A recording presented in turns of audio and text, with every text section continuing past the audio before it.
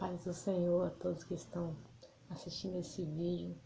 Eu gostaria de deixar uma palavra do Senhor, uma meditação que se encontra no livro de Gênesis, no capítulo 18 e o versículo 10, que diz assim: E disse, certamente tornarei a ti por este tempo de vida, e eis que Sara tua mulher terá um filho.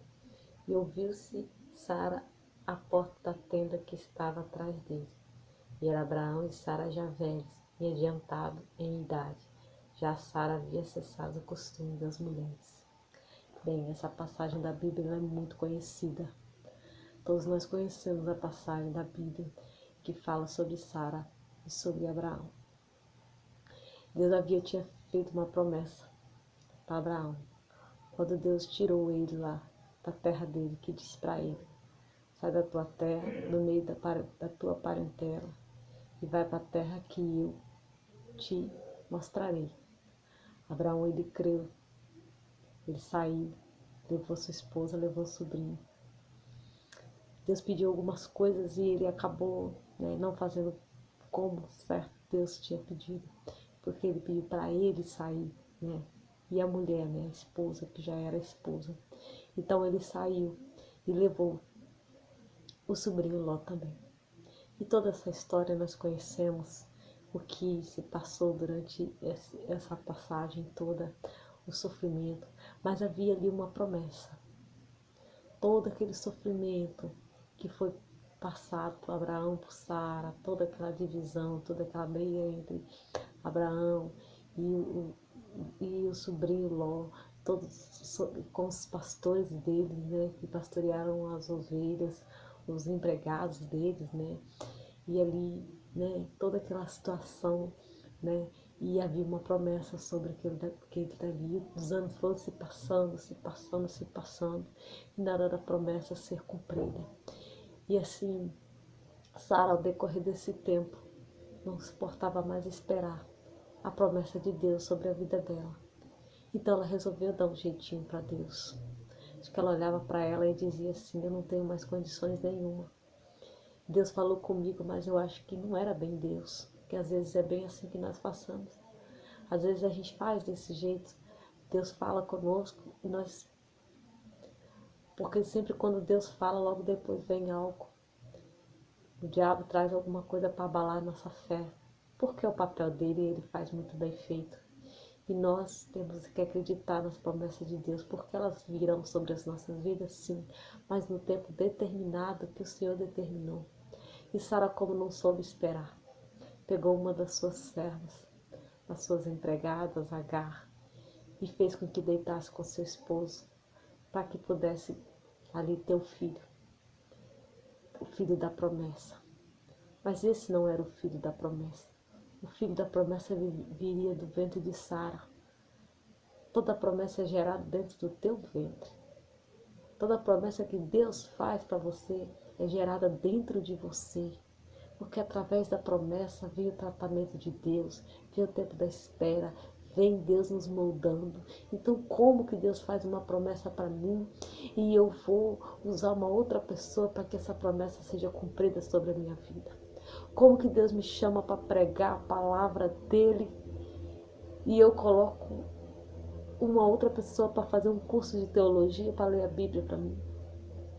Como que Deus me chama para uma obra missionária e eu envio meu irmão para o campo missionário?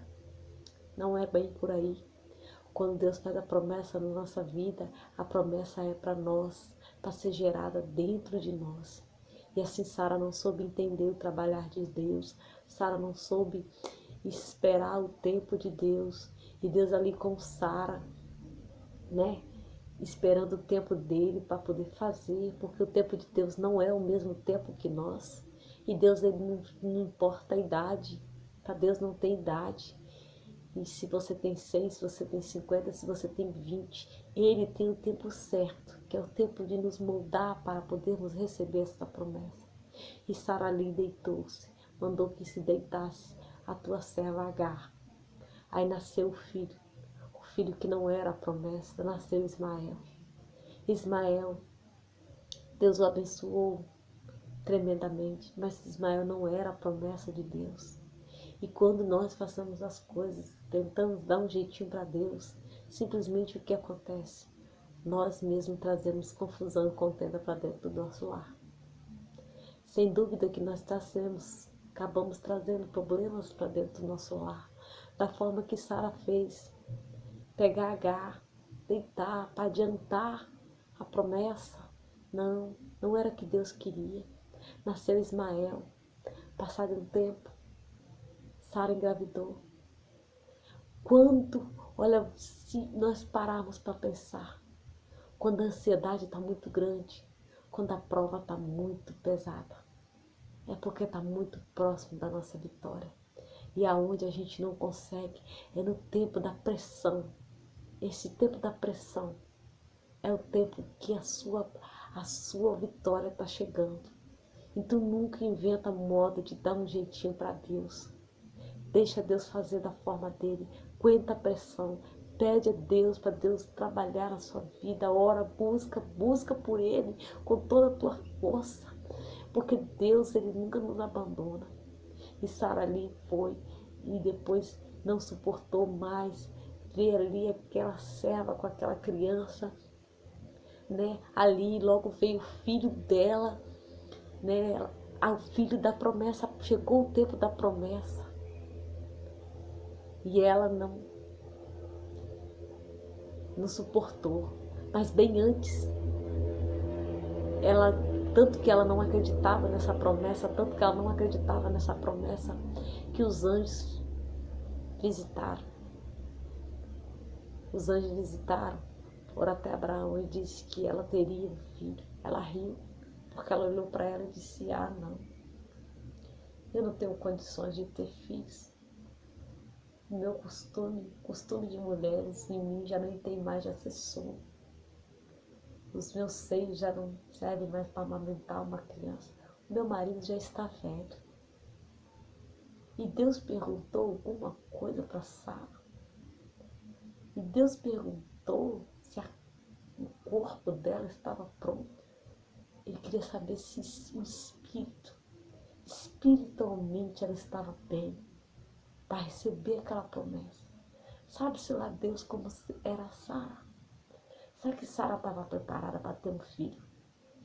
Será que Sara não era uma mulher daquela que não suportava uma criança? Será que Sara suportava o choro de uma criança?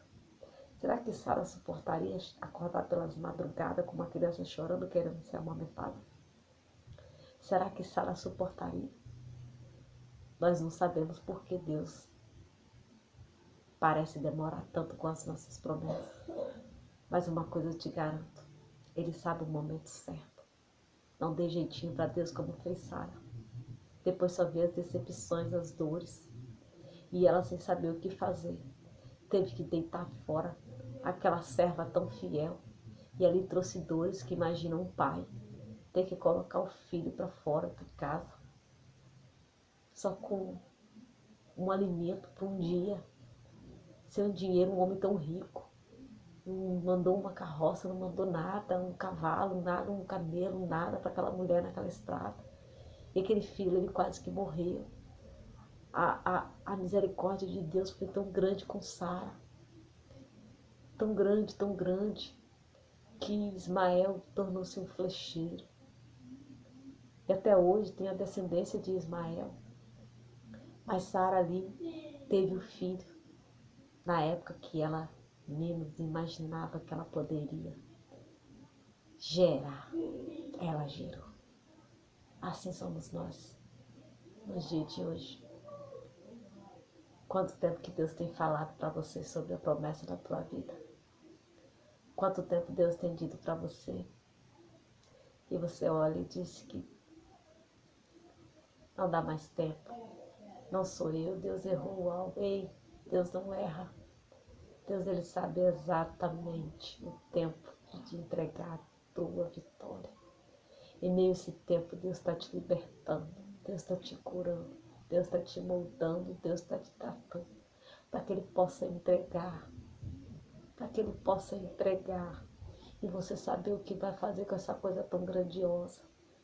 Porque o que adianta Deus entregar para você se você não está preparado para receber?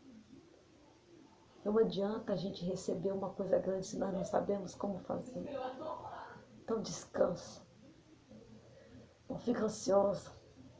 Não te preocupe com o dia de amanhã, porque o dia de amanhã não te pertence, pertence a Deus.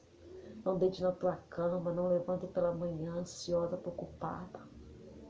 Há tempo para todas as coisas, lá em Eclesiastes, que eu amo essa passagem. Eclesiastes 3 fala, há tempo de plantar, há tempo de colher. Claro que deveremos saber o que nós plantamos, o tempo para nós sabermos o que nós vamos colher. Quem planta vento, colhe tempestade. Qual o tipo de semente que você tem semeado para que fruto você venha colher? Temos que vigiar. Vamos esperar, saber esperar na promessa de Deus, o tempo de Deus. Se Ele diz que você vai ser, se Ele diz que você vai ter, se Ele diz que vai te dar, se Ele diz que você vai, o que Ele disse vai acontecer. Independente do que o homem disse, porque Deus não é homem para que minta, nem filho do homem para que se arrependa. Então apenas creia, creia nas promessas de Deus. Que Deus possa abençoar tremendamente. Eu quis compartilhar essa mensagem com vocês, porque ela fala muito comigo ao meu coração. Então que Deus abençoe a vida de cada um de vocês, em nome de Jesus.